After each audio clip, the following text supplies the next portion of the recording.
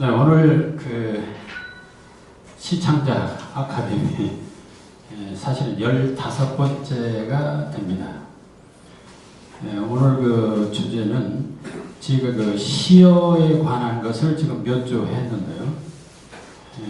그 중에 내포적 의미의 시어와 사물성의 시어 이렇게 그 주제를 정했습니다.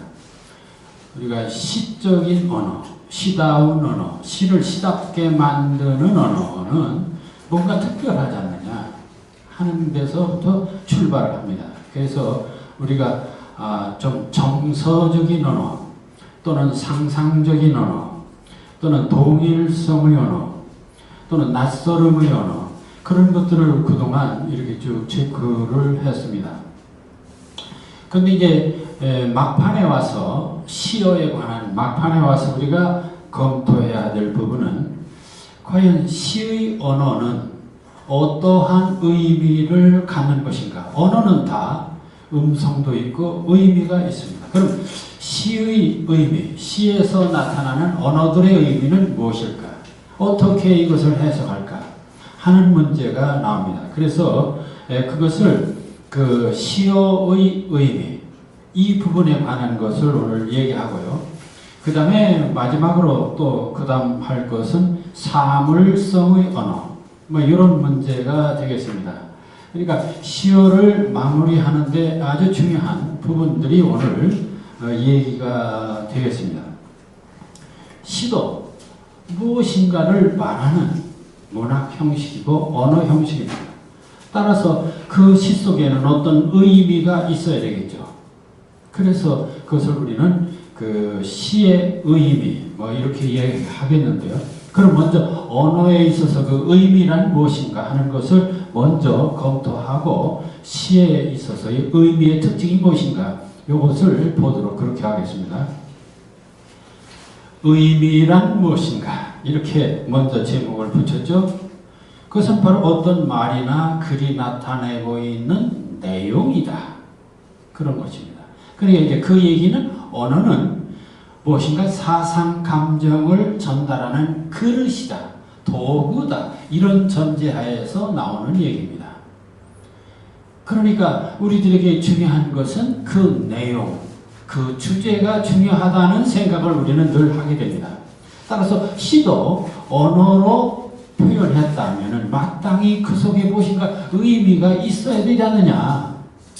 뭔가 그래서 우리는 시를 보면 이 시의 의미가 무엇인가 하는 문제를 생각하게 됩니다. 다시는 어떤 말이나 글이 나타내고 있는 그 내용이다. 또는 어떤 사물이나 일, 행동 따위가 지니는 가치 또는 그 중요성 이런 것들을 우리가 보통 의미다라고 이렇게 기본적으로 얘기할 수 있죠. 그런데 이 의미가 그렇게 포괄적으로는 쉽지만은 그 의미를 산출하는 길이 그렇게 쉬운 것은 아닙니다. 우리가 생각할 때 언어란 대단히 확실하고 가장 과학적이고 전통적이고 그리고 사전적이고 그래서 굉장히 정확한 것 같은데 막상 분석해 보면은 그렇지가 않습니다. 그래서 의미의 학설들 해서 중요한 몇 가지들을 얘기합니다. 제일 먼저 중요한 것이 그 지시설입니다. 예를 들어서 사과 하면은 사과라고 하는 실제 사물을 지시하는 것이다. 그 표현이 실제로 지시하는 대상물. 이게 우리들의 생각입니다. 그렇지 않습니까? 예를 들어서 나무, 그 당연히 나무를 가리키는 말이지. 그러니까 그 나무라는 글자와 실제 나무는 동일한 것으로 우리가 생각하지 않습니까? 그래서 이것을 지시설이라고 얘기합니다. 그러니까 가장 보편적이고 전통적이고 지금까지 생각해왔던 상식적인 것은 언어란 어떤 사물을 지시하는 것이다. 따라서 그 문자와 실제 사물은 동일한 것이다. 이런 생각을 하는 것입니다. 그러나 다른 학자들은 이런 얘기를 합니다. 심적 영상설, 사물 자체가 아니라 마음속에 떠오르는 영상. 예를 들어서 사랑 하면은 사랑의 실체가 뭡니까? 보입니까? 만져집니까? 그래서 그것은 마음속에 떠오르는 하나의 영상이다. 이렇게 얘기해서 영상설. 그런가 하면 그 표현이 야기시키는 자극이나 반응, 다시 말하면은 야 뛰어라 하면 그 사람이 뛰는 거, 그러니까 뛰는 행동이 나타나는 그 행동을 통해서 그 의미는 말할 수 있는 것이다. 그래서 행동설이 또 나옵니다. 그러니까 이건 이런 것입니다. 아무리 말해도 실천이 없으면 소용없는 거 아니냐. 그러니까 진정한 의미는 그 실천 속에서 찾아야 된다. 그런 것이죠. 그런가 하면 또 하나는 용법설이라는 게 있습니다. 그것은 문장이나 문맥 속에서 의미가 달라진다는 얘기입니다. 자, 그래서 이런 것을 그 맥락 속에서 문맥설이라는 말도 합니다. 그런가 하면 또 의미는 뭐냐? 시차적 특징설을 말합니다. 그것은 시차적 특징이라는 것은 이것과 저것이 다른 차이에서 그 의미가 나오는 것이다 하는 이론입니다. 자, 그러니까 우리가 생각할 때 사과하면 그냥 실제 사과 이렇게만 생각했는데 의미는 그렇게 간단한 것이 아니다. 자, 그래서 그 다음에 의미를 몇 가지로 명칭을 붙인 게 있습니다. 그래서 제일 먼저 개념적 의미. 이 개념적 의미라는 것은 아까 말한 것처럼 지시설에 해당하는 것입니다. 그런데 또 하나는 내포적 의미. 오늘 우리가 시의 의미를 말하는데 중요한 단서가 바로 이 내포적 의미입니다. 이 내포적 의미는, 그러니까 개념적 의미는 사전적, 객관적, 과학적, 외연적, 이게 다 개념적 의미입니다. 내포적 의미는 그 이외의 의미가 있다는 것입니다. 문체를 통해서도 의미가 있습니다. 그러니까 발화자의 어떤 그 사회적, 어른이 말할 때하고 어린이가 말할 때하고 다릅니다.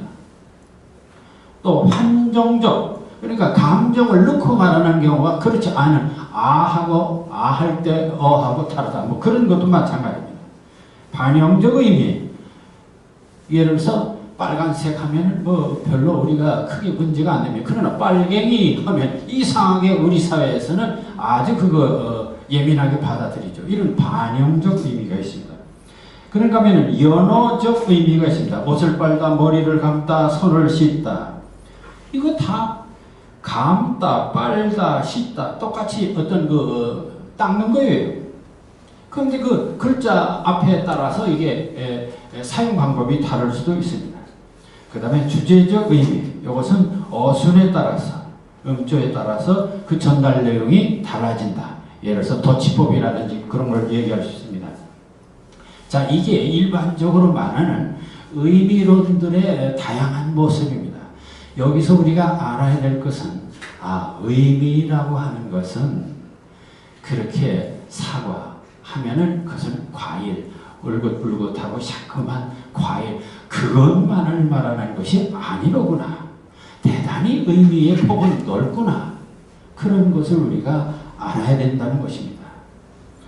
자, 그래서 이 부분에 대해서 현대, 근대 언어학의 대가가 있습니다. 이 사람은 대단한 아주 언어학자입니다. 그게 바로 유명한 소슈르라는 언어학자입니다. 그래서 이 언어학자가 몇 가지 아주 원리를 얘기했습니다. 그리고 이 원리는 앞으로 우리가 언어가 뭐냐, 문자가 뭐냐, 그래서 산문과 시가 다른 점이 뭐냐를 구분하는 그 밑바탕의 논리가 됩니다. 그런 점에서 이 소슈르의 이 언어 이론을 조금 알 필요가 있습니다. 소슈르는 언어를 몇 가지로 그 특징을 말하고 있습니다. 그 하나가 언어는 시니피앙과 시니피엠 뭐 이렇게 프랑스 말을 많이 하고 있지만 그 말은 우리말로 하면 기표와 기의입니다. 언어는 기표 그리고 기의, 기표와 기의, 다시 말하면 음성적인 기표와 그리고 기의는 뜻입니다. 그러니까 예를 들어서 사과 하면은 이것은 사과라고 하는 시옷에다가 아에다가 고에다가 오에다가 아라고 하는 음성이 있습니다. 음성 부호. 그리고 이것이 실제 사과라고 하는 그 개념이 있죠. 그러니까 이러한 언어에는 두 가지 요소를 갖고 형성된다. 하나는 기표와 기의. 나누어 보면 두 요소가 있다는 것입니다. 그런데 문제는 이 사과와 사과를 이렇게 사과라고 하는데 이렇게 정하는 데는 원칙이 있는 게 아닙니다. 그것은 나라마다 시대마다 다 달라요. 한국 사람들은 이걸 사과라고 말하지만 미국 사람들은 이것을 애플이라고 말합니다. 그럼 애플, 이 사람들은 또 애플이라고 말해요. 그 근거가 어디냐? 자기들이 정한 거예요. 그래서 언어는 원칙이 있는 것은 아닙니다. 임의로 그 사회가 정하면 되는 거예요. 그래서 그것을 바로 자의적 결합이라고 합니다. 그런데 의미는 어디서 탄생하는가? 의미. 우리가 생각할 때 의미는 정해진 것이라고 알 수 있는데 아주 중요한 철학이 나옵니다. 이 소시르의 언어학에서 나오는 이것을 유명한 변별적 차이라는 말씀입니다. 변별성. 최근에 이 변별성이라는 말을 아주 유행합니다. 이게 변별성, 차별성, 차별화. 옛날에 이런 말 별로 안 썼어요. 근데 최근에 예를 들어서 산업이라든지 장사하는 사람들도 차별화가 돼야 장사가 되지 안 된다 해서 차별이라는 말 많이 씁니다. 그런가 하면 변별성이 없다 해서 변별이라는 말을 많이 씁니다. 그럼 이 변별, 차별인데 여기서 중요한 것은 도대체 이 변별, 차별의 원리가 어디에서 나오느냐, 이것이 대단히 중요한 건데 그것을 여러분들 아주 이 부분을 알아야 됩니다. 변별, 이 차별. 다시 말하면은 의미라고 하는 것은 차이에서 나오는데 이런 겁니다. 어디에서 나오느냐? 예를 들어서 밤이라는 말이 있습니다. 그럼 밤은 우리가 알다시피 나이 저녁이라는 뜻도 있지만 그럼 밤하고 밥하고는 분명히 뜻이 달라요. 뜻이 달라요. 당연히 밤하고 밥하고는 뜻이 달라요. 그럼 뜻이 달라서 뜻이 다른데 그 밑바탕의 원리를 보면 다른 거 없어요. 여기서는 바에다가 아에다가 미음을 붙인 것이고 여기는 바에다가 아에다가 비읍을 붙인 것이 밤이에요.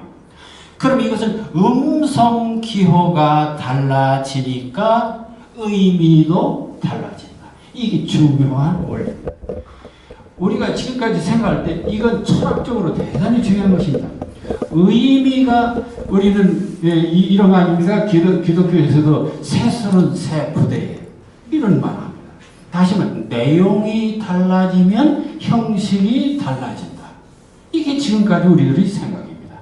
그런데 소시르가 제시한 아주 중요한 사건은 내용이 달라지면 형식이 달라지는 것이 아니라 형식이 달라지면 내용이 달라진다. 이겁니다. 이거 정말 이건 완전히 세상이 바뀌는 얘기입니다. 형식이 바뀌면 내용이 달라진다. 자, 보세요. 밥하고 밤하고 분명히 의미가 다릅니다. 의미. 변별성. 그 의미가 달라요. 근데 그 다른 원인이 뭐냐? 보니까 음성 기호, 아까 있죠, 기표. 기의가 달라지는 게 아닙니다. 음성 기호가 달라지니까 의미도 달라지다. 그럼 의미란 도대체 무엇이냐? 네, 의미란 무엇이냐? 비읍, 미음, 비읍, 비읍. 결국은 미음과 비읍의 차이, 음성 기호의 차이다. 네, 그래서 변별, 차이, 차별성. 대단히 이것은 중요한 철학이고 중요한 원리이기도 합니다. 그렇기 때문에 자 여기서 그러기 때문에 이 원리에 근거하면 내용보다 문학은 형식이 더 중요하다는 말이 됩니다. 그래서 이러한 원칙에 의해서 형식주의, 형식을 중요하는 예술이 탄생할 수 있는 것이고, 막 이런 그 기본적인 구조, 소위 음성 기호의 모습이 바뀌어질 때 의미도 달라진다라고 하는 유명한 얘기를 남기고 있습니다. 물론 이것은 소시르의 얘기고, 이것이 상당히 현대 철학이나 현대 사상을 지배하는 이론이기도 합니다. 그럼 이게, 자, 이것은 이 정도로 합시다. 자, 그러니까 소시르가 제시한 언어 이론 중에는 언어는 기표와 기의, 음성 기호와 뜻을 결합한 하나의 모습이다. 그리고선 이 기표, 이 음성 기호는 임의로 정하는 것이다. 사회가 정하는 것이다. 시대가. 그 다음에 뜻이 변하는 것은 바로 음성 기호가 달라지면 뜻도 달라진다 하는 유명한 말을 남깁니다. 그리고 또 하나 중요한 그 이론이 나옵니다. 그게 바로 랑그와 파롤이라는 것입니다. 랑그와 파롤. 근데 이 랑그와 파롤이라고 하는 것은 이렇게 생각하면 됩니다. 이것도 프랑스 말로 되어 있습니다만, 이 랑그와 파롤은, 랑그는 현실 밑바닥에 있는 원칙, 그러니까 우리가 언어학에서 보면 일종의 문법 같은 것입니다. 문법. 그러니까 예를 들어서 주어 플러스 서술어, 그래서 이제 문장의 문법 같은 것입니다. 그럼 파롤은 무엇이냐? 그래, 랑그는 문법입니다. 파롤은 뭐냐? 파롤은 문법은 그렇지만, 문법은 있지만 실제 말할 때는 그때그때 상황에 따라서 사람이 달라집니다. 자, 이걸 파롤이라고 말하죠. 그러니까 언어에는 두 계층이 있습니다. 하나는 그 밑바닥에 깔려있는 원칙이 있고, 실제 사용할 때는 그때그때 상황에 따라서 바뀌는 그러한 현실이 있다는 것입니다. 자, 그것을 잘 설명하는 말이 축구 게임입니다. 게임. 여러분들 축구나 농구나 배구나 다 좋습니다. 농구, 배구나. 자, 이 배구나 축구, 이것들은 다 예를 들어서 축구하면 11명이 뜁니다. 그리고 골키퍼가 있고 하나의 운동장이 있고 여기에 일정한 원칙, 규칙이 있습니다. 룰을 정해놓고 이제 축구를 하는데, 실제 여기서 선수들이 뛰는 데는 그 룰에 근거해서 뛰지만 선수들은 그 속에서는 마음대로 또 자유롭게 뜁니다. 언어도 그렇다. 언어도 밑바닥에는 원칙이 있습니다. 그렇지만 실제 사용할 때는 그 원칙에 근거해서 각자 개성에 맞게 변형시킬 수 있다는 것입니다. 자, 이게 바로 언어의 모습입니다. 자, 여기까지 이제 언어에 대한 이야기를 하고, 그러니까, 여기서 다시 말씀드립니다만, 언어는 절대로 1대1의 관계만은 아니로구나. 다양한 어떤 상황에 따라서 의미가 달라지는구나 하는 것을 우리가 일단 알고, 그 다음에 시의 언어, 시 언어에서 의미의 문제를 다뤄야겠다. 자, 그래서 그 다음에 시적 언어의 의미, 시적 언어의 특징. 자, 지금까지 시의 언어는 정서적이고 상상적이라고 우리가 시학에서 배웠어요. 시의 언어는 뭐냐? 그것은 정서적인 언어다, 또는 상상적인 언어다. 이것을 우리가 지금까지 배워왔습니다. 이것은 마치 음악이나 미술과 같습니다. 음악이나 미술도 보면은 음악은 소리를 통해서 그 느낌을 주려고 하고, 상상을 통해서 기쁨을 또 주려고 하는 것이 또 그림이기도 합니다. 그러나 이들과 다른 점은, 자, 시에서 언어의 문제, 의미의 문제가 왜 탄생하는가? 우리는 시를 예술이라고 합니다. 근데 예술의 기본은 예를 들어서 미술, 음악입니다. 근데 미술은 순전히 색을 통해서 드러냅니다. 음악은 음을 통해서 드러냅니다. 근데 시는 뭐냐? 시는 뭐냐? 무엇을 통해서 드러내냐? 언어를 통해서 드러낸다. 그런데 이 언어는 의미를 전달하는 것입니다. 그러면 의미를 전달하는 것이면 시 아니고 일반 사문도 다 마찬가지 의미 전달하는데 뭐가 어째서 시가 예술이냐 하는 문제가 나옵니다. 따라서 언어로 전달하기는 하지만 시에 있어서는 언어로 전달하기는 하지만 시도 색깔이나 또는 음성이나 그런 것들이 작용하는 것처럼 소위 이것들이 색깔이나 음이 정서적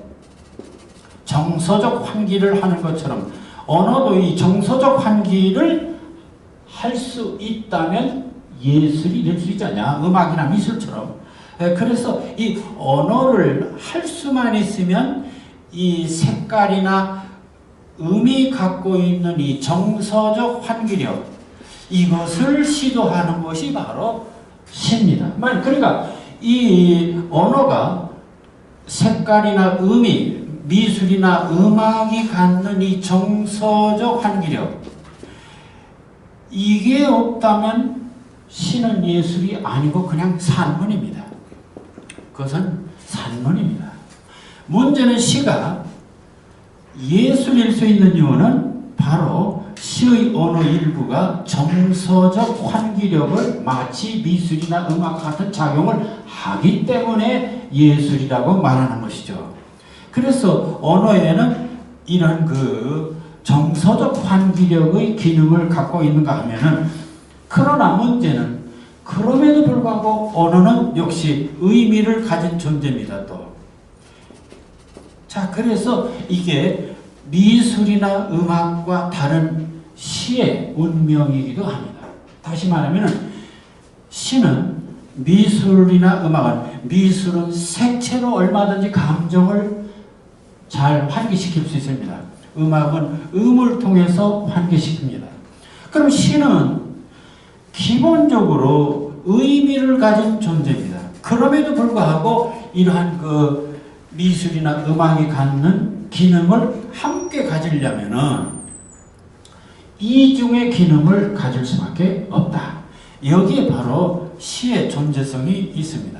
그래서 시는 의미도 있고 정서적 효과도 있고 이 두 가지를 갖춘 언어를 만들어야 된다. 이게 바로 시어의 하나의 모습입니다. 시어의 존재성. 일반 언어는 의미만 전달하면 됩니다. 그런데 시의 언어는 의미만 전달해서는 안 됩니다. 바로 정서적 환기도 함께 할 수 있어야 됩니다. 그래서 시는 끝내 이 의미 전달과 함께 정서적 환기를 위해서 참 목숨 걸고 활동하고 노력하는 것이 시인의 사명이고 시인의 운명입니다. 여기서 그러니까 시인은 일반 의미도 전달하고 감동도 줘야 되고 이 두 가지를 함께 한다. 여기에 바로 시의 특징이 있다라는 것입니다. 그래서 그런데 의미도 전달하고 정서도 환기하고 이렇게 돼. 그러면 이 의미는 산문과 같은 거냐? 산문과 같은. 근데 의미를 전달하지만 이 전달 방법이 일반 산문하고 달라요. 여기에 이제 시어의 문제가 나오는데 그것을 오늘 얘기하는, 그래서 시의 언어는 의미를 전달하기는 하지만 그 의미가 일반 산문처럼 사전적 의미가 아니라 대단히 주관적이고 정서적이고 내포적 의미를 갖는다. 그래서 그것을 내포적이라는 말을 썼습니다. 그럼 도대체 이 내포적 의미가 뭐냐? 그러니까 시는 색깔도 이 정서도 드러내야 되고 의미도 직접적인 것보다는 내포적 의미를 드러내야 되고, 그런 점에서 산문 쓰기보다 시 쓰기가 훨씬 어렵다. 라는 얘기가 나옵니다. 자, 그래서 이 내포적 의미를 이제 얘기합니다. 자, 의미의 문제는 크게 두 가지로 나눠 생각할 수 있다. 예를 들어, 물을 H2O라고 한다면, 물이라는 의미 이외에 전혀 다른 의미가 없습니다. 그렇지 않습니까? 물을 과학에서 H2O다. 그러면 이건 물 이상 더 의미가 없습니다. 수소하고 산소하고 결합한 물 이상 더 다른 의미가 없습니다. 그래서 이러한 의미를 사전적 의미, 객관적 의미, 과학적 의미 또는 외연적 의미, 외연적 의미라고 말합니다. 그런데 시에서 사용하는 언어는 그러한 사전적 의미나 객관적 의미를 넘어선 다양한 의미를 갖는다. 이를 내포적 의미라고 하는데, 다른 말로는 함축적 의미, 주관적 의미, 다의성의 의미, 심층적 의미, 2차적 의미, 애매성의 의미 등 다양한 용어를 쓸 뿐입니다. 어쨌든 결론은 시의 의미는 1대1의 관계가 아니라 상황에 따라서 수없이 많은 변화를 일으키는 언어가 시어의 특징이다. 그 예를 여기서 봅니다. 지금 눈 내리고 매화 향기 홀로 아득하니 내가 여기 가난한 노래의 시를 부려라. 다시 천고이 뒤에 백마 타고 오는 초인이 있어 이 광야에서 목 놓아 부르게 하리라. 이것은 너무나 잘 아는 이육사의 광야라는 시입니다. 자, 이때 일반적으로 지금 눈 내리고 매화 향기 홀로 아득하니 현실적으로 보면은 겨울입니다. 그래서 지금 눈도 내리고 일찍이 매화꽃이 폈어요. 자, 그러니까 1차적으로 외연적으로 뜻을 생각하면 이것은 눈 내리는 겨울 얘기로구나 이렇게 볼 수 있겠죠. 근데 내 여기 가난한 노래의 시를 뿌려라. 참 가난한 노래의 시가 도대체 무엇이냐. 그것은 1차적 의미로 해석이 안 됩니다. 그렇다면 여기 눈 내리고 매화 향기 홀로 아득하다는 말은 눈 내린다는 말은 그냥 겨울눈이 아니다라는 것을 생각해 볼 수가 있습니다. 그러니까 아주 이것은 살기 어려운, 대단히 살기 어려운 눈 내리는 것 같은 겨울 같은 시대 상황을 얘기할 수도 있겠죠. 또 매화 향기 홀로는 무엇인가 고독한 어떤 존재의 모습이겠죠. 그래서 가난한 노래의 시, 가난한 노래의 시는 물론 시를 말할 수도 있고 그것도 상징적이니까 여러 가지 의미가 있습니다. 이렇게 시는 직접 말하는 것이 아니고 다양한 의미를 갖고 있습니다. 거기다가 다시 천고 뒤에 백마 타고 오는 초인이 있어. 천고 뒤에, 그러니까 천년 뒤에 백마 타고 오는 초인이 있어. 막 이렇게 나옵니다.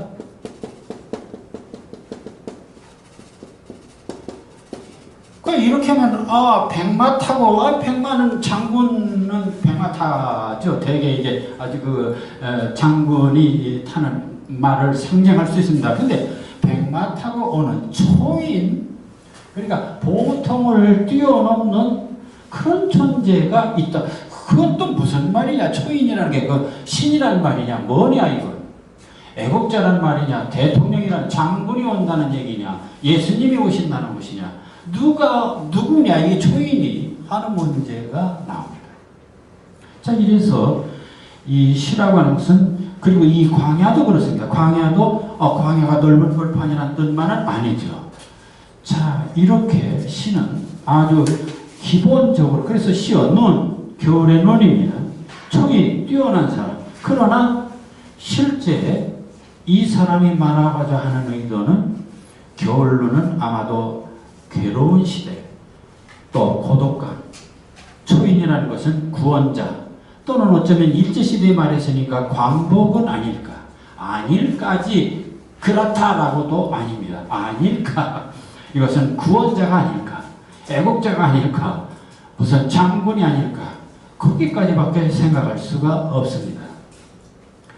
자, 그래서 이것을 이 바르트라는 사람은 이 기하학적으로 이거 의미를 풀어봅니다. 그걸 좀 분석적으로 하는데 거기까지 시를 쓰면서 꼭 가야 되냐 하는 문제는 있습니다. 바르트의 기호학 분석 거기까지 가느냐 하는 문제는 있습니다만 우선 1차적으로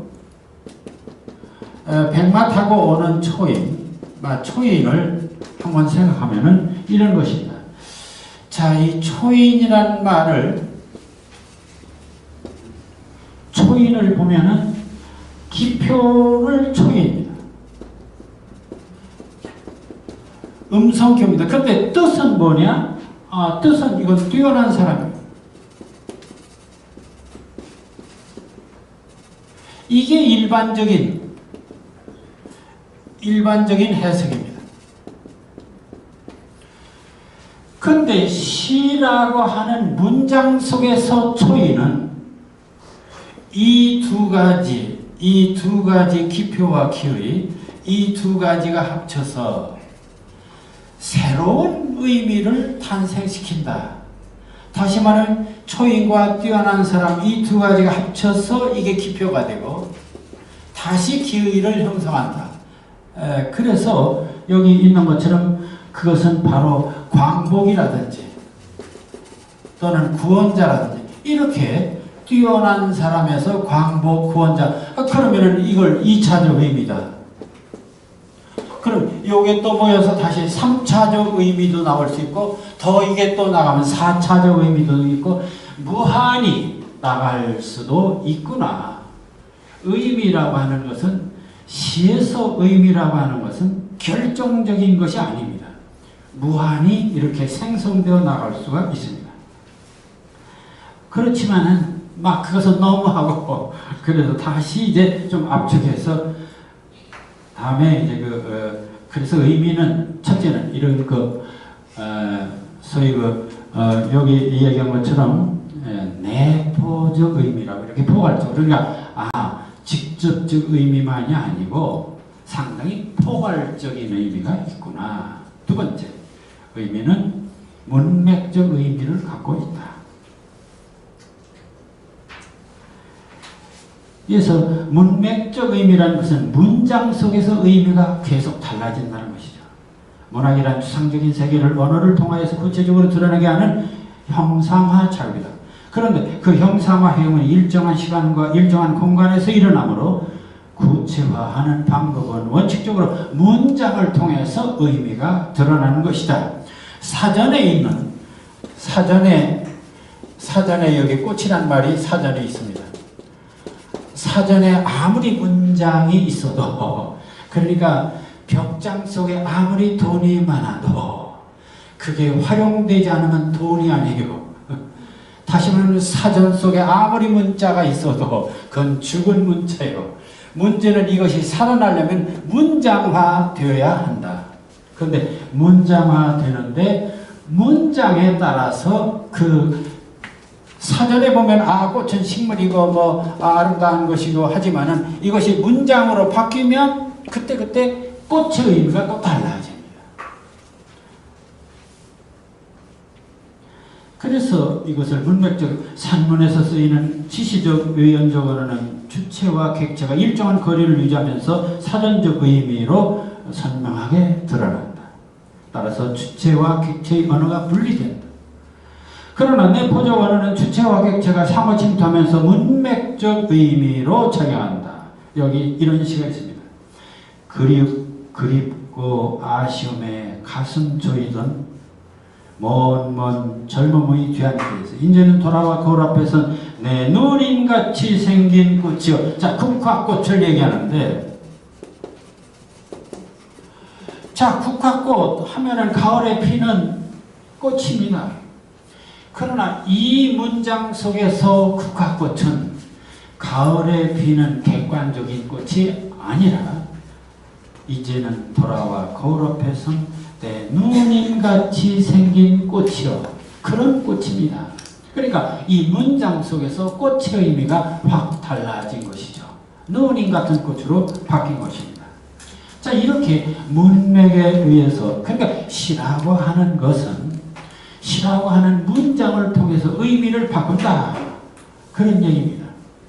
내 영혼의 벌판에 쏟아지는 꽃비, 그 속을 걸어가며 때로는 눈보라, 때로는 달빛, 때로는 폭우로 쏟아지는 혼자서 걸어가는 그 속에 왜 박두진이 너라고 하는 작품입니다. 내 영혼의 벌판에 쏟아지는 꽃비. 우리는 꽃비 하면은 봄날 꽃이 폈다가 아마 시들어서 이제는 낙화되는 모습을 꽃비라고 말합니다. 그러나 여기서는 내 영혼의 벌판에 쏟아지는 꽃비입니다. 그럼 내 영혼의 벌판에 쏟아지는 꽃비란 도대체 어떤 꽃비일까? 그 속을 걸어가며 때로는 눈보라, 때로는 달빛, 때로는 폭우로 쏟아지는 혼자서 걸어가는 그 속의 외로움. 아, 보니까 내 영혼의 벌판에 쏟아지는 꽃비가 뭔가 했더니 그 밑에 또 문장이 또 달라져요. 때로는 눈보라, 때로는 달빛, 때로는 폭우로 쏟아지는 혼자서 걸어가는 그 속의 외로움. 이 사람이 말하는 꽃비는 눈보라, 달빛, 폭우, 그리고 외로움, 이런 것들을 꽃비라, 내 영혼에 쏟아지는 꽃비라고 했습니다. 이렇게 시인은 시라고 하는 문장을 통해서 객관적인 의미를 완전히 바꿔놓고 있습니다. 그러니까 따지고 보면 시인이라고, 그러니까 시인은 의미를 새로 창조하는 사람이고 언어를 다시 창조하는 사람이라는 이유가 거기에서 나오는 것입니다. 그런데 그것은 문장이라고 하는 것을 통해서 드러나고 있습니다. 근데 이제 이렇게 복잡한 의미를 앰프슨이라는 사람은 애매성이라는 말로 쓴 일이 있습니다. 물론 이것은 뭐 좀 한물 간 이론이기는 하지만 그래도 이것은 한마디로 좀 다양성, 다양한 의미인데 굉장히 자세하게 이 사람이 그 시에서 의미는 좀 다양한데 어떻게 다양하냐를 7가지로 나눈 사람이 앰프슨입니다. 그러니까 상당히 공적이 있는 사람입니다. 근데 우리가 7가지를 다 나누면 무슨 언어학자가 될 필요는 없고 다만 여기서 하나만 예를 들어보겠습니다. 나는 그림 그리는 푸주업자를 알기를 원한다. 시를 짓는 빵 제조업자를, 노래로서 그 영혼을 잘 일깨워주는 촛대 만드는 자를, 아니면 벙어리. 이게 브라우닝의 시입니다. 여기서 첫 줄. 자, 요거 재밌는 시입니다. 나는 그림 그리는 푸주업자를 알기를 원한다. 우리는 그냥 평범하게 넘어갈 수 있지만 따지고 보면 도대체 이 말은 나는 그림 그리는 푸주업자를 알기를 원한다. 그러면은 나는 그림 그리는 모든 푸주업자를 말하는 것이냐. 그러니까 푸주업자 중에서도 그림 그리는 사람들이 많아요. 그러니까 나는 그림 그리는 푸주업자 모두를 알기를 원한다는 말이냐. 나는 그림 그리는 어떤 푸주업자를 내가 알기를 원한다는 말이냐. 이렇게 다른 의미가 있다는 것이죠. 이런 애매성이 있다는 얘기입니다. 자, 그 뒤에도 서정주의 그 화사에도 보면 이런 게 사향박하의 뒤안길이다. 그러면 여기서 사향박하의 뒤안길, 도대체 이게 어떤 길일까? 사향하면 사향로로 향이 나는 곳입니다. 그럼 이제 박하는 풀입니다. 사향로루가 있고 박하가 있는 그 뒤안길이다. 그럼 그게 어디일까? 에덴 동산인가? 자, 어쨌든 그 혼란스럽습니다. 아름다운 뱀 얼마나 커다란 슬픔으로 태어났기에. 네. 그럼 이 커다란 슬픔은 또 뭐냐? 커다란 슬픔이란 또 무슨 뜻이냐? 저리도 징그러운 몸뚱어리 꽃대님 같다. 뭐 꽃대님은 아주 울긋불긋 아름다운 대님 같다는 얘기죠. 자, 여기까지 이제 시의 언어에 대해서 얘기했습니다. 그 시의 언어의 핵심은 무엇이다? 내포적 언어다. 그러니까 객관적 의미가 아니라 다양한 내포성을 띠고 있는 의미다. 그래서 시인은 그런 것들을 해석할 줄 알아야 되고 분석해 볼 줄 알아야 되고 또 시를 쓸 때도 그런 그 내포적 의미를 감안하면서 시를 써야 된다는 그런 결론에 도달합니다. 그런데 또 하나 아까도 조금 언급을 했습니다만 우리가 지금까지 언어야말로 그래도 인간이 봐요. 언어야말로 인간이 개발한 최고의 무기입니다.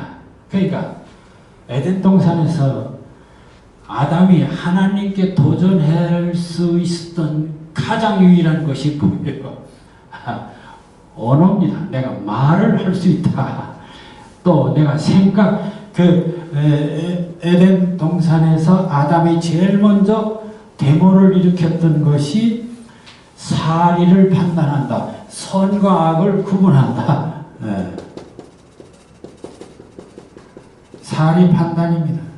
소위 그래서 이 사리 판단을 바로 이성적 사고. 사리 판단을 할 수가 있습니다. 그러니까 인간이 신에게 도전할 수 있었던 유일한 방법은 인간은 옳고 그름을 좋고 나쁨을 분별할 수 있는 이성적 사고를 할 수 있다는 데 있습니다. 그리고 이 이성적 사고를 뒷받침하는 유일한 무기가 언어입니다. 언어. 자, 그래서 이 언어를 가지고 그래서 아담이 에덴에서 도망가가지고 그 다음에 들판에서 뭔 짓을 했냐? 바로 바벨탑을 쌉니다. 그때 이들은 하나의 언어를 사용하고 있었습니다. 그리고 아주 도시를 건설하고 그래서 바벨탑을 쌉니다. 그러니까 하나님이 이거 안 되겠다. 이게 완전히 바벨탑을 써서 하나님께 또 도전한다. 그래서 이놈들에게 벌을 준 방법이 언어를 분산시킵니다. 다양한 언어로 분산시킵니다. 자, 결국 인간이 그러니까 신에게 도전하고 어떤 진리에 도전하고 그 절대자에게 도전하고 신을 무시하고 유실론적 사고를 갖는 유일한 행동이 바로 인간은 이성적 사고를 할 수 있다. 그 다음에 인간은 언어를 가졌기 때문에 무한히 인간은 발전할 수 있다. 이런 생각 때문에 신에게 도전하고 절대자에 도전하고 예수를 안 믿는 겁니다. 종교를 무시하고 다시는 무신론적 사고방식을 갖는 가장 큰 것이 바로 이성적 사고와 언어입니다. 언어가 보장해준다. 언어만 있으면 얼마든지 인간은 무한히 발전할 수 있어요. 자, 그러니까 이 언어보다 더 확실한 게 없는 거죠. 인간에게 있어서. 언어는 절대적인 가치 기준이고 이를 봅니다. 그런데 이 가장 확실한 이 언어, 신을 이길 수 있고 신에게 오히려 도전할 수 있는 유일한 무기 언어. 그런데 이 언어가 사용해 보니까 정말 확실한 것이냐, 이 확실한 것이냐, 확실한 무기인가, 20세기 와서 바로 그 부분에 대한 의문을 갖기 시작합니다. 그게 바로 불확실성입니다.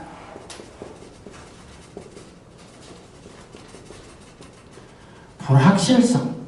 언어가 확실한 건 줄 알았는데 확실한 것이 아니구나. 그럼 도대체 언어는 뭐냐? 그래서 그 언어는 확실한 것이 아니다 라고 하면서 나온 것이 바로 모더니즘 이후 포스트 모더니즘이 되는 것입니다. 포스트 모더니즘 또는 그 모더니즘을 거부한 근대에서 바로 현대 이 해체로 넘어가는 모든 사조가 여기에 근거하고 있습니다. 언어가 확실한 것이라면 해체주의니 포스트 모더니즘이 이게 나올 수가 없습니다. 그런데 문제는 이 언어가 확실치가 않아요. 그 확실치 않은 이유를 데리다라는 사람이 그럼 언어는 뭐냐? 확실한 것은 아니고 그럼 무엇일까? 그래서 그 언어는 거기 유명한 얘기를 하는 것이 이런 것입니다. 그 바르트의 기호와 기의의 확장과 언어의 불확실성을 얘기하고 있는데 그거 좀 잠깐 읽어보겠습니다.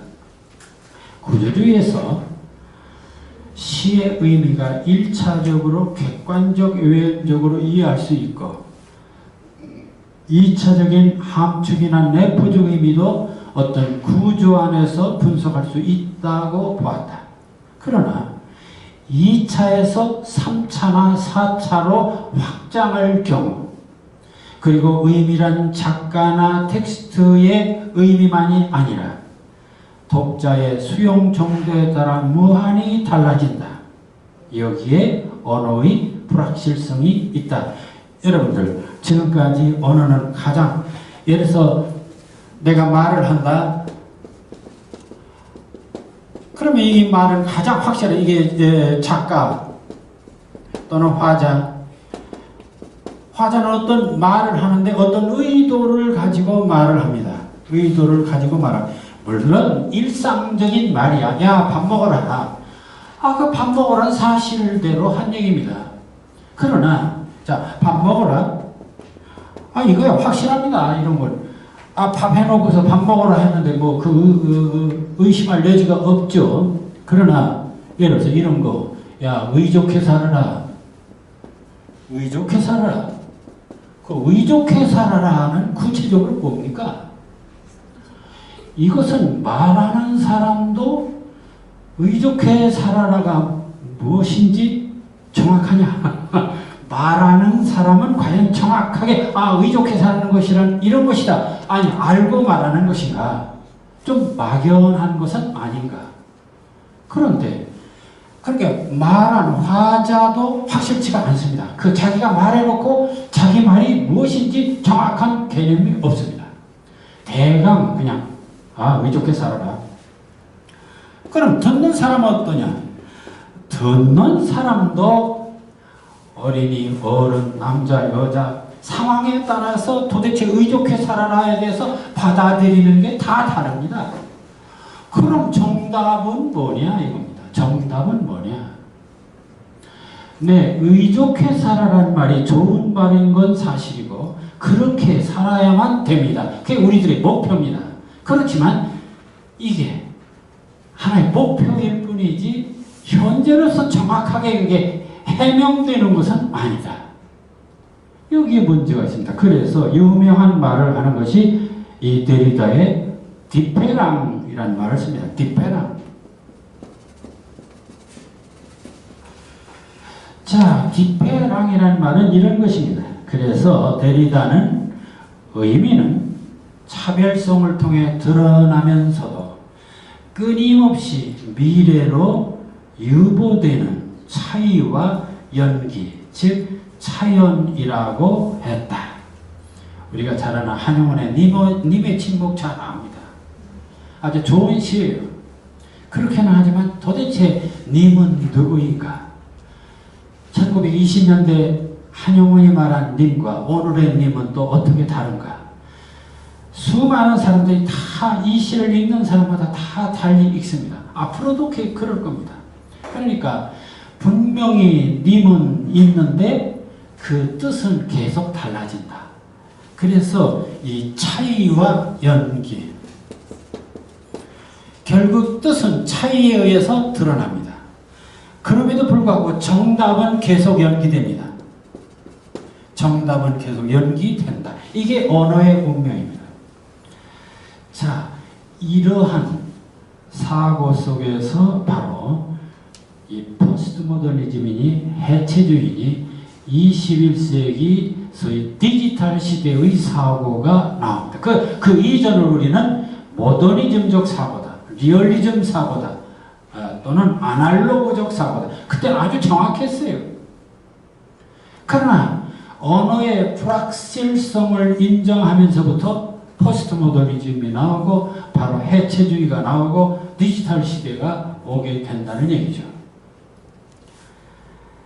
자, 여기까지가 바로 이 시에 있어서 언어란 무엇인가. 결국 시의 언어는 늘 내포적일 수밖에 없다. 문맥적일 수밖에 없다. 상징적일 수밖에 없다. 좀 더 철학적으로 말하면 완전할 수는 없다. 계속 우리는 연기될 뿐이다. 여기까지가 시어의 의미입니다.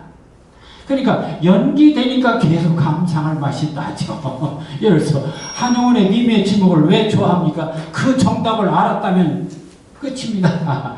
한번 알았으면 다시 읽을 필요 없습니다. 왜 성경을 계속 읽습니까? 정답을 알았으면 성경 더 읽을 거 없어요. 근데 우리는 계속 그 성경 속에 새로움이 나타나는 거야. 읽으면 읽을수록 새로움이 또 나타나는 거야. 그러니 계속 읽을 수밖에 없지. 자, 이게 바로 언어의 묘미고, 그래서 시의 언어와 성경은 같은 속성을 지녔다고 말할 수 있습니다. 그러니까 그렇게 연기될 수 있는 언어, 그게 바로 상징적 언어고 예언적 언어고 계시적 언어고 미래지향적 언어입니다. 그런데 그런 연기가 안 되는 언어, 그게 산문의 언어예요. 그 시의 언어는 바로 끊임없이 연기되는 언어. 자, 이게 바로 시 언어의 특징입니다. 자, 이렇게 해서 이 시의 의미에 관한 부분을 얘기를 했습니다. 오늘 그 얘기를 그 다음에 할 얘기가 바로, 자, 거기까지 언어 얘기는 이제 언어의 의미에 관한 얘기는 그걸로 끝이고요. 최근에 많이 그 해체시라든지 또는 소위 그 하이퍼시라든지 또는 데카다니즘 초현실주시라든지 어쨌든 그 많은 시에 대한 얘기가 나옵니다. 그래서 또 하나는, 그래서 오늘 그 의미의 시어와 사물성의 시어. 자, 이 문제를 또 하나, 이것은 우리가 시의 특징을 말하는데 아주 중요한 요인이 되기 때문에 이 얘기도 곁들여 하겠습니다. 의미의 시어와 사물성의 시어. 자, 일반 산문의 시와 시의 언어, 그러니까 일반 산문의 언어와 시의 언어, 어떤 차이가 있을까? 도대체 시와 산문은 어떤 차이가 있을까? 이런 것에 대한 끊임없는 연구가 진행되고 있습니다. 이제 그 중에 대표적인 근대 철학자 사르트르의 이론이 하나 있습니다. 그 사르트르가 언어에는 두 가지가 있다. 사르트르는 언어에는 두 가지가 있다. 그렇게 말합니다. 그럼 하나는 뭐냐? 있음의 언어. 하나는 그 있음의 언어입니다. 또 하나는 뜻함의 언어. 이렇게 구분해요. 있음의 언어. 그래서 이것을 있음을 being이라고 얘기하죠. 하나는 meaning, 또는 시그니피, 이런 얘기를 하는데, 하이데카는 언어를 존재의 집이라고 했다. 이는 모든 존재의 의미는 언어로 비롯된다는 말이다. 그런데 사르트르는 언어에는 존재를 드러내고자 하는 있음의 언어와 어떤 의미를 제시하는 뜻함의 언어가 있다. 있음의 언어, 뜻함의 언어. 이 뜻함의 언어는, 모든 산문의 언어는 뜻함의 언어다. 이 말을 바꾸면은 의미를 전달하고자 하는 데 목표를 두는 것이 바로 뜻함의 언어죠. 근데 있음의 언어는 의미 전달이 목적이 아니고 존재 그 자체를 드러내는 것만을 목표로 하는 것입니다. 존재 그 자체를 드러낸다. 자, 여기서부터 이제 시와 산문의 차이가 뭐냐 하는 근본적인 차이를 생각해야 되겠는데, 처음 이게 이런 얘기를 다시 합니다. 로댕의 생각하는 사람이란 그런 그 조각품이 있습니다. 그러면 이 로댕의 생각하는 사람이라는 이 조각품을 보면 그 조각품 밑에다가 고민하는 인간의 모습이요 뭐 그렇게 해설을 붙인 거 없습니다.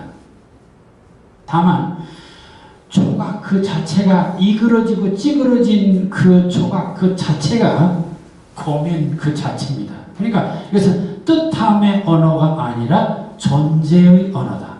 고민 그 자체를 드러내지, 그 조각을 통해서 고민하는 인간, 어떤 고독한 인간이라는 것을 어떤 그런 걸 해석해주고 있는 것이 아니라 느낌으로 온다는 것입니다. 느낌으로.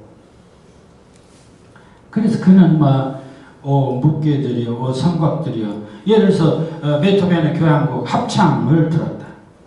그럼 합창을 들었을 때 합창을 듣고 나니까 인간의 어떤 환희와 그 놀라움 이렇게 아니라 그 합창 그 자체 속에 우리는 환희가 있다는 얘기입니다. 자, 여기서 산문의 언어와 시의 언어, 소설을 읽고 나니까 인생은 그렇게 살아서는 안 되겠구나 이렇게 깨닫는 것이 아니라 음악은 감상하면서 그 속에 그 순간 우리는 감동하는 거지, 그걸 다 듣고 나서 인생은 그런 거로 이런 것이 아니라는 것이죠. 여기서 바로 뜻함의 언어와 있음의 언어, 그렇게 그는 얘기를 했습니다.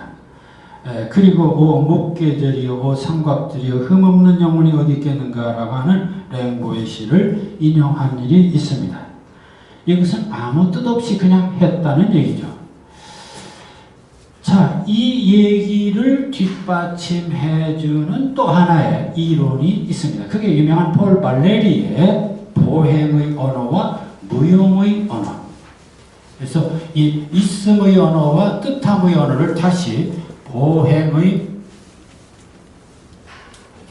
이 뜻함의 언어, 이 산문을 보행의 언어,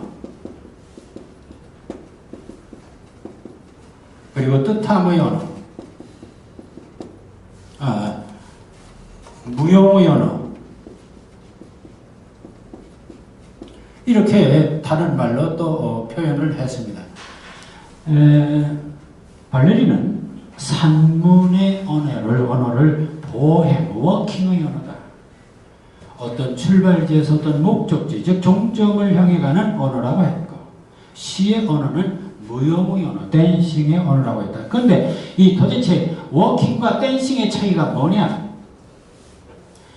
발 동작을 하는 것은 워킹이나 댄싱이나 발놀림 하는 건 똑같습니다. 워킹이나 댄싱이나 발놀림은 똑같아요. 그런데 워킹은 발놀림을 하되 발동작을 계속 되풀이하는데 출발해서 어떤 목적지로 가는 발놀림입니다. 다시 말하면 이 보행, 출발해서 어떤 목적지를 향해 가는 것입니다. 목적지를 향해 가는 발놀림입니다. 그러니까 이 보행에서는 출발지와 목적지가 달라요. 정점이 달라요. 그렇지 않습니까? 모든 산문은 출발해서 정점이 달라요. 그런데 이 무용의 언어는 어떤 언어냐?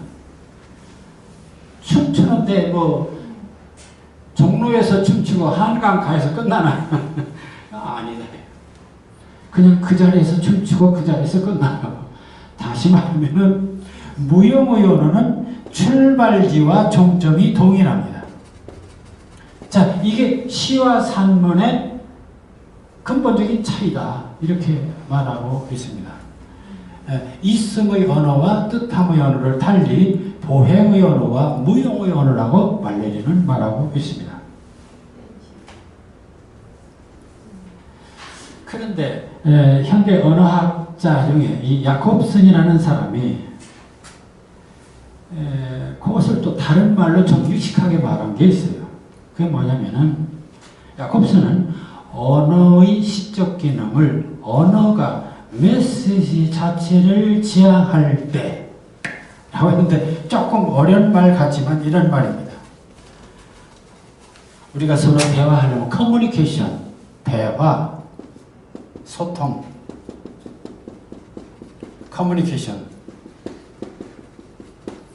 이 커뮤니케이션을 하려면은 발신자가 있습니다. 그리고 수신자가 있습니다. 그럼 발신자가 수신자를 향해서 어떤 말을 거는데 일반적으로 산문이라고 하는 것은 발신자가 수신자에게 어떤 수신자를 향해서 메시지를 전하게 됩니다. 다시 말하면 이 발신자와 수신자 사이에는 메시지가 있습니다. 그런데 시라고 하는 것은 뭐냐? 시라고 하는 것은 이 수신자를 향해 가는 것이 아니라 메시지를 향해 가는 것. 이게 달라요. 발신자가 수신자를 향해서 수신자에게 어떤 목표를 둔 게 아니라 메시지 그 자체의 목표를 둔다. 목적이 수신자에게 있는 게 아니라 메시지에 있다. 이런 말을 하고 있어요. 자, 여기 이거 볼까요? 조지훈의 승무의 첫 귀절에 이런 게 있습니다. 얇은 사 하얀 꽃갈은 고이 접어서 나비래라. 얇은 사는 얇은 천, 하얀 꽃갈, 흰 꽃갈, 고이 접어서 다 아는 얘기입니다. 근데 얇은 사 하얀 꽃갈은 고이 접어서 나빌레라. 나빌레를 산문적 의미로 보면 나빌레가 바로 나비 같다. 그럼 나비 같다 하면 될 일인데 왜 나빌레라고 했을까? 듣기 좋게 하기 위해서 그렇게 말할 수 있죠. 듣기 좋게 전통적인 시학으로 보면 그렇습니다. 듣기 좋게 그래서 나빌레라고 조어를 했다. 소위 그 말을 새로 만들었다. 그래서 나비 같다라는 말보다는 나빌레라 하니까 멋있지 않냐. 그래서 멋있게 하기 위해서 그랬다. 이렇게 생각할 수도 있습니다. 전통적인 해석입니다.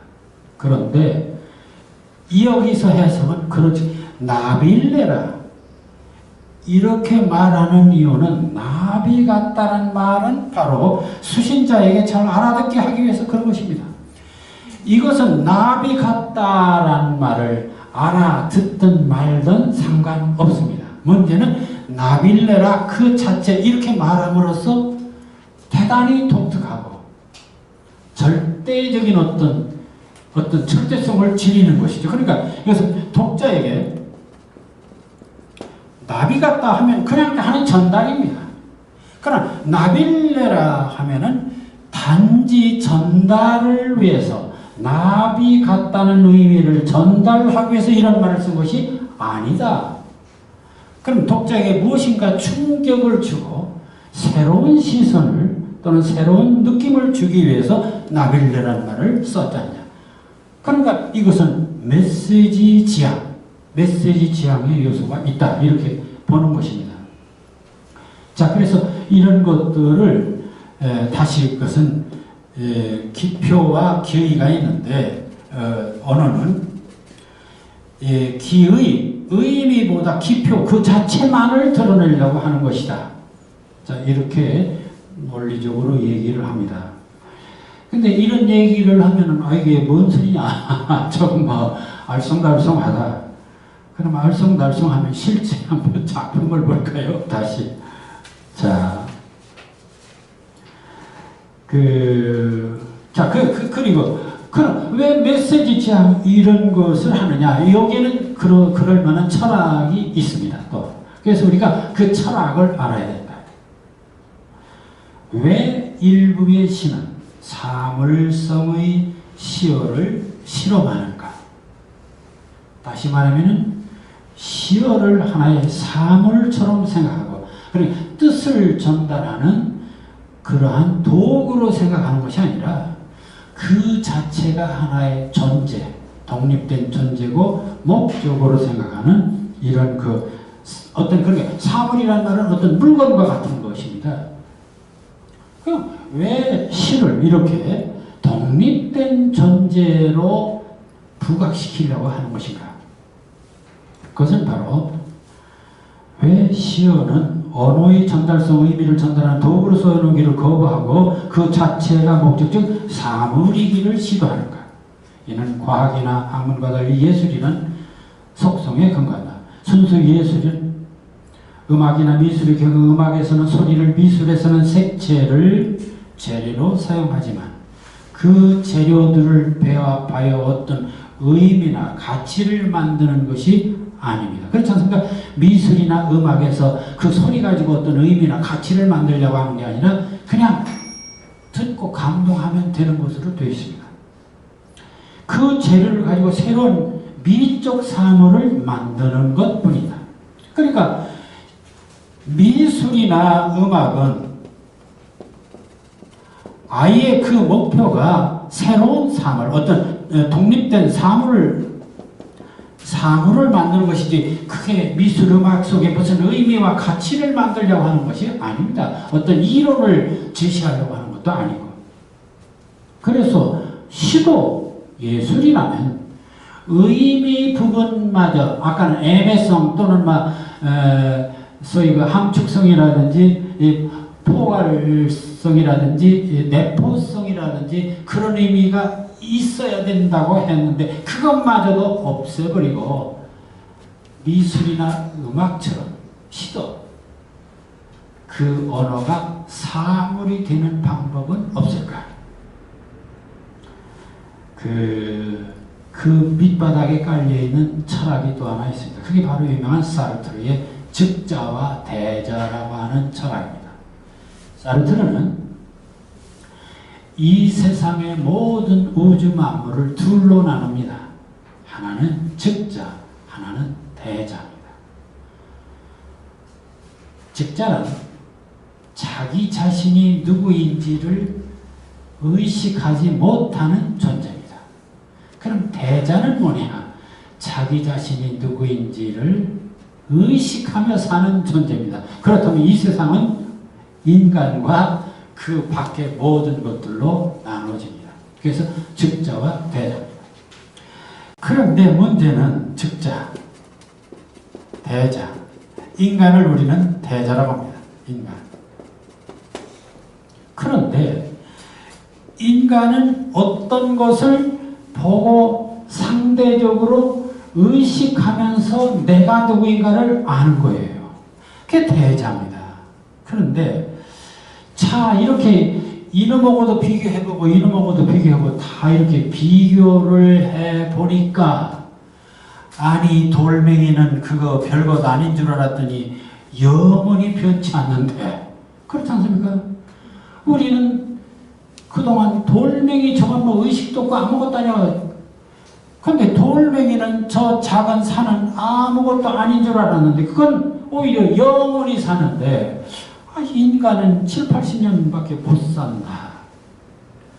여기서부터 의식하며 사는 존재가 얼마나 불행한가를 알게 됩니다. 그게 바로 실존의식입니다. 인간이라는 것이 대단한 줄 알았는데 돌멩이 하나만 또 못하다. 자, 여기서 의식하는 존재의 한계를 느낍니다. 그래서 이 의식하는 존재가 영원한 존재가 되기를 꿈꿉니다. 그럼 영원한 존재가 되기를 꿈꾸려면 사물로 돌아가야 됩니다.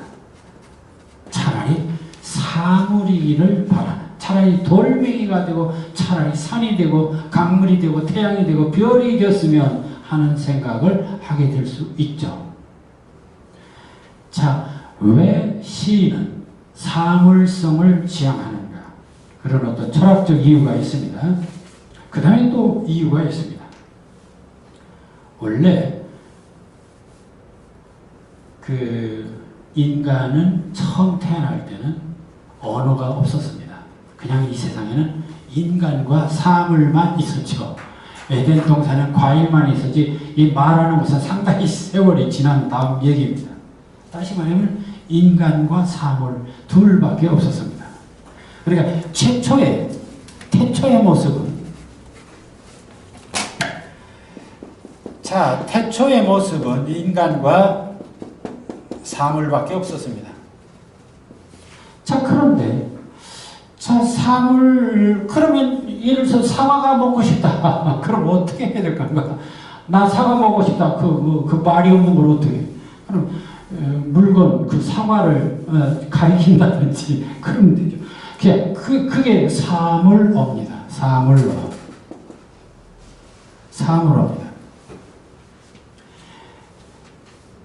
그 다음에 또 원래 원시 시대에는 물건과 물건끼리 교환했습니다. 물물교환입니다.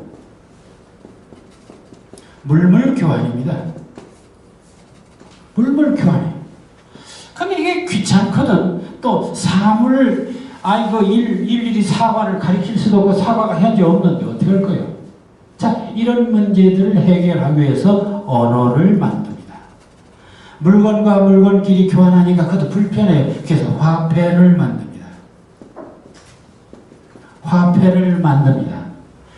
화폐를 만들고 보니까 물건은 없고 종이떼기만 왔다 갔다 하는 거예요.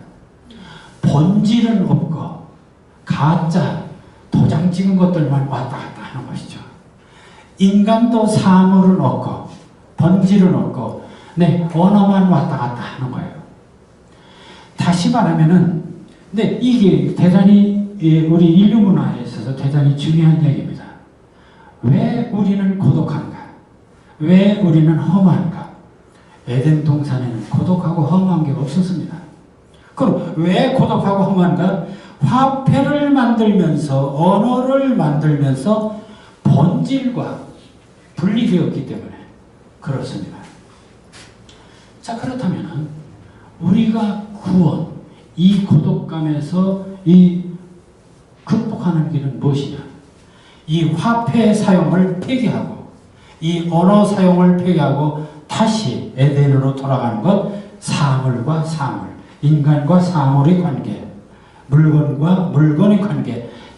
이런 것을 꿈꿀 수 있죠. 이게 바로 시에서 그 언어가 갖는 피해를 버리고 다시 그 의미가 갖는 피해를 버리고 그 의미가 갖는 횡포를 버리고 우리는 차라리 사물로 돌아가자. 그래서 사물성의 시어를 실험합니다. 그 예를 몇 개 들어보겠습니다. 박목월에 불국사라는 시가 있습니다. 우리는 박목월 하면은 강나루 건너서 밀밭길을 하는 유명한 나그네라는 시를 우리는 잘 알고 있습니다. 근데 박목월이 이런 시를 쓴 일이 있습니다. 보니까는 강나루 건너서 밀밭길을 하면은 이제 나그네해서 서수로도 있고 조사도 있고 여기 보면요 흰달빛, 자하문, 달안개, 물소리, 대웅전, 큰보살, 바람소리, 물소리, 번영로, 뜬그림자 조사 하나 없고 연결어도 없고 좋다 나쁘다도 없고 내가 사랑한다는 말도 없고 그냥 낱말만 그냥 던져놨어요. 이 시는 시적 화자가 사물 그 자체를 드러낼 뿐 아니라 사상이나 의미나 감정까지도 강요하지 않는다. 그러니까 우리는 이 시를 보면요. 흰달빛은 흰달빛이 무엇이지? 그렇게 생각할 필요가 없어요. 흰달빛이로구나. 자하문이로구나. 그냥 직접 느끼기만 하면 되는 거지. 그 뜻이 뭐냐? 그럴 필요가 없다는 것입니다. 달안개 물소리, 달안개 물소리 그냥 느끼기만 하면 되는 거지. 그게 무슨 뜻이냐? 뜻을 찾을 필요가 없다는 것이죠. 이러한 사물성의 실험을 합니다. 자, 그런데 이제 김춘수 같은 사람은 그래서 그 의미를 드러내고자 한다는 것이 얼마나 거주장스럽고 죄악스러운 것이냐. 그리고 제대로 드러낼 수나 있냐. 그렇다면 차라리 리듬만 갖고 시를 쓰자. 그래서 김춘수가 쓴 시가 이 잠자는 초용 같은 시가 있는데, 메콩강은 흘러서 바다로 가나 메콩강은 흘러서 바다로 가나 부산 제1부두에서 귀뚜라미 한 마리가 울고 있다. 가을이 오면 어디로 가나 가을이 오면 어디로 가나 여름을 먼저 울자 여름을 먼저 울자. 이러니까 센텐스가 있으니까 이게 무슨 뜻이냐 하고 뜻 아무것도 없습니다. 그냥 중얼중얼 하는 거예요. 그러니까 문장을 이런 말했다 저런 말했다 이렇게 말했다 저렇게 그냥 넋두리를 그냥 하는 거예요. 그럼 우리는 그냥 뭐 이상한 말 짓거리는구나. 메콩강은 흘러서 바다로 가나 메콩강은 흘러서 바다로 가나 그냥 아무 생각 없이 그냥 읽기만 하면 되는 거예요. 부산 제일 왜 메콩강하고 제1부도 무슨 상관이 있어요? 귀뚜라미 한 마리가 울고 있다. 아니 메콩강에서 왜 부산 제1부두에 귀뚜라미 우는 게 나옵니까? 그러다가 가을이 오면 어디로 가? 자, 이래서 이것은 문장은 있지만 의미가 없습니다. 근데 아예 이게 막 그냥 문장이고 뭐고 막 이것도 다 걷어치우고, 박상순 같은 사람은 첫 번째는 나, 2는 자동차, 3은 늑대, 4는 잠수함, 5는 악어, 6은 나무, 7은 돌고래, 8은 비행기, 9는 커플소, 10번째는 전화기. 그냥 자동차, 늑대, 잠수함, 악어, 나무 그냥 사물만 있는 거예요. 남바 그거 아무 의미가 없습니다. 그냥 나열만 했어요. 이들 인용한 시에서는 대상이 무엇인지 알 수 없다. 무엇을 말하려는 것인지 의미도 알 수 없다. 있는 것은 낱말과 독립된 문장과 숫자와 이미지의 리듬만 있을 뿐이다. 이와 같이 시에서 대상이 사라졌을 때 의미도 상실되는 것이다. 그래서 김춘수는 이것을 무의미시다 라고 얘기를 했습니다. 의미가 없는 시. 최근에 막 하이퍼시 뭐 이런 말을 하면서, 그럼 하이퍼시의 핵심이 뭐냐? 그래서 탈관념, 관념을 빼버린 것이다. 그럼 관념을 뺐다는 말은 결국 무의미나 마찬가지고 의미를 제거해버렸습니다. 시에서 의미를 제거했다. 그럼 시에서 의미를 제거하면 도대체 남는 것은 무엇일까? 네, 리듬하고 또 하나는 이미지. 이거밖에 없습니다. 리듬과 이미지가 남습니다. 그래서 시에서 리듬과 이미지만을 강조하는 시, 막 이렇게 되는데, 이런 것을 뭐 탈관념의 시, 그러니까 무의미 시나 탈관념의 시나 마찬가지입니다. 또 사물성의 시나 마찬가지입니다. 최근에 이 오남구라고 하는 시인이 자기가 이 탈관념 시를 설명하면서 자기 시를 이렇게 썼어요. 붉은 공이 튄다. 목련 담장 넘어서 깍깍깍 3번 짖는다. 붉은 공이 튄다. 소리 계곡 넘어서 울긋불긋 몇 점 핀다. 붉은 공이 튄다. 진달래 암벽 넘어서 일출 산행. 붉은 공이 튄다. 여기서는 붉은 공이 튀는 사건밖에 없습니다. 거기 사이사이에 막 목련 담장 넘어서 또 깍깍깍 뭐 우는 소리가 들리고 또는 계곡의 소리가, 그러니까 이미지와 청각 이미지와 시각 이미지밖에 없습니다. 그래서 이 오남구 시인은 이것을 의의 시에서 붉은 공이 튄다에 어떤 의미나 관념이 없다. 붉은 공이라도 사물이 심리적 공간에 감각적으로 튀고 있을 뿐이다. 다만 붉은 공이라고 하는 사물이 이렇게 상상 속에서 튀고 있을 뿐입니다. 시를 의미의 예술에서 해방시켜서 의미보다는 감각과 이미지 예술로 전환시키고 독자에 대한 일방적인 설득이나 강요가 아니라 독자 참여의 공간을 확대시키는 쓰기의 방법이다.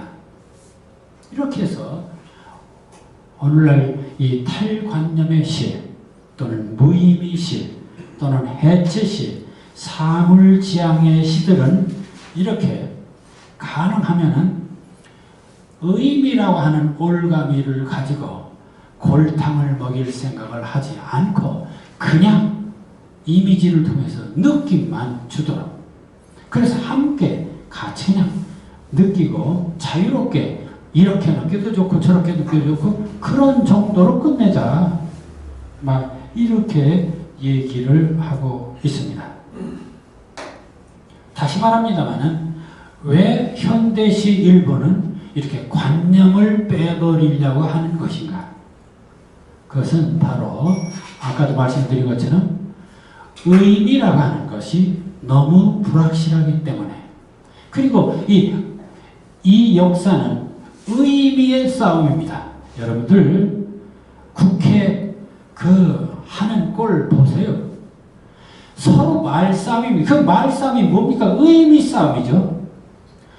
자기 말이 옳다는 거지. 자기 말이 옳다는 건데 해결되는 것은 하나도 없습니다. 이게 바로 현실입니다. 그러니까 의미의 세계가 갖는 것, 서로 진리라는 거예요. 자기가 진리고 자기가 정이고 자기가 옳고 자기가 옳다는 거죠. 근데 끝내 해결이 안 납니다. 이게 바로 의미의 세계다. 그래서 이런 넌덜이 나는 의미의 세계를 거부하고 차라리 사물의 세계로 돌아가자. 그게 오히려 신선한 것. 그래서 이 시의 일부는 그런 방향으로 지향하고자 하는 것입니다. 이게 바로 사물성의 시죠. 또는 탈관념의 시, 무의미 시.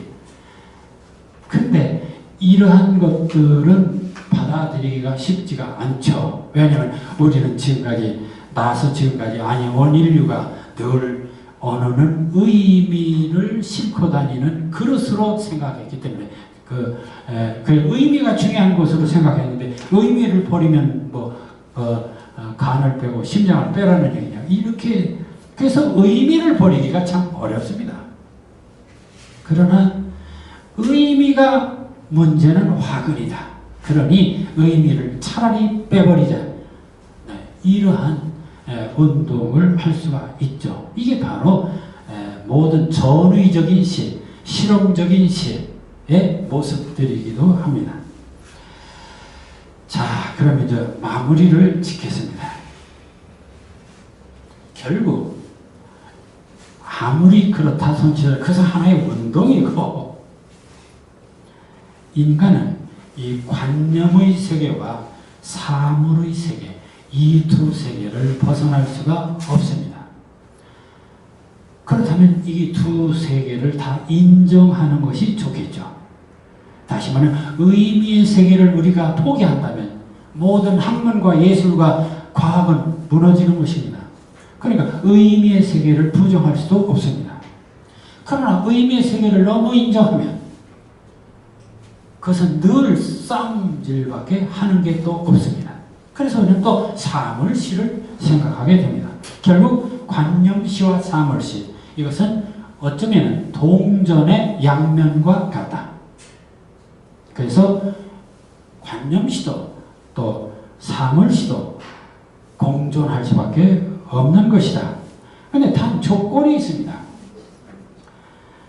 사물시나 관념시에게 공통적으로 중요한 조건이 있는데, 사물시는 오직 사물의 미적 이미지만을 추구하는 시, 그래서 그걸 순수시라고 말합니다. 그런데 관념시는 관념을 드러내지만, 어떤 의미를 드러내지만 그 의미를 드러낼 때 반드시 이미지를 통해서 드러내야 된다. 이것입니다. 그러니까 이미지를 통해서 드러내지 않으면 그 시가 아니죠. 이미지가 없는 시는 정말 쓸개 빠지는 것입니다. 그러니까 이미지 없는 시는 그 시가 아니라고 말해요. 그건 산물이죠. 자, 그래서 결국 우리는 이 두 가지 길, 관념시와 그리고 사물시, 이것은 인간이 영원히 계속되는 하나의 양면의 양날개의 모습입니다. 그래서 필요할 때는 관념시를 쓰고 또 필요할 때는 사물시를 쓰고, 근데 관념시를 쓰더라도 늘 이미지를 통해서 쓴다면 관념시와 사물시, 이것은 영원히 이 시사를, 시의 역사를 유지할 수 있는 것이 될 것이다. 이렇게 생각합니다. 그래서 여기 순전히 의미를 배제한 문독수의 새벽바다 이런 시가 있습니다. 많은 태양이 쬐그만 공처럼 바다 끝에서 튀어오른다. 여러분들 새벽바다 햇빛이 반짝반짝 바다를 비출 때 그냥 사물 그 자체입니다. 거기 의미가 없습니다. 그러나 유치원의 바위 같은 걸 봅시다. 내 죽으면 한개 바위가 되리라. 마지막 소리하지 않는 바위가 되리라. 그럼 여러분들 이 두 시를 보고 아니 관념시 썼다고 잘못된 것이 아니 유치원의 바위야말로 명시예요. 그 명시가 된 이유는 관념이지만 내 죽으면 한개 바위가 되리, 바위라는 이미지를 사용해서 썼기 때문에 그렇습니다. 좋은 이미지를. 그럼 문독수의 새벽바다는 그냥 순수한 의미 없는 오직 자연의 어떤 현상 그 자체만을 존재시처럼 썼습니다. 그래서 이 두 길은 우리가 영원히 벗어날 수 없는 길일 뿐이다. 이런 생각을 하면서 사물시에 대한 이해를 해줬으면 좋겠습니다. 오늘 여기까지 강의를 마치겠습니다. 네.